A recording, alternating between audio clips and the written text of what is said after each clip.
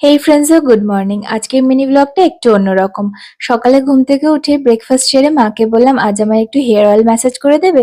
So মা আমার সঙ্গে সঙ্গে লেগে পড়লো তেল নিয়ে। আর জানো তো ফ্রেন্ডস, আমার মা ছোট্টবেলা থেকে আমাকে এইরকম করে চপচপে করে চুলে তেল মাখিয়ে আঁটো করে চুল বেঁধে দিত।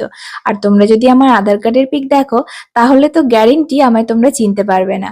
বাট আজ আমি আমার মাকে থ্যাঙ্কস বলতে চাই। সেই ছোট্টবেলা থেকে আমার মা আমার চুলের এত পরিচর্যা করেছিল বলেই আজ আমার এত সুন্দর চুল রয়েছে। যদিও লাস্ট ইয়ারে আমার এক্সট্রিমলি হেয়ার ফল হয়েছে, বাট তার ব্লেমটা আমি নিজেকেই দেবো, বিকজ আমার উল্টোপাল্টা হেয়ার এক্সপেরিমেন্ট করার জন্য আমার হেয়ার ফলটা হয়েছিল। এনিওয়ে, হেয়ার অয়েল ম্যাসেজ করার পর আমি একটু আমার নেল এক্সটেনশন গুলো রিমুভ করার চেষ্টা করছিলাম। সে তো অনেক কসরত করার পর ফাইনালি নেলস গুলো রিমুভ হলো।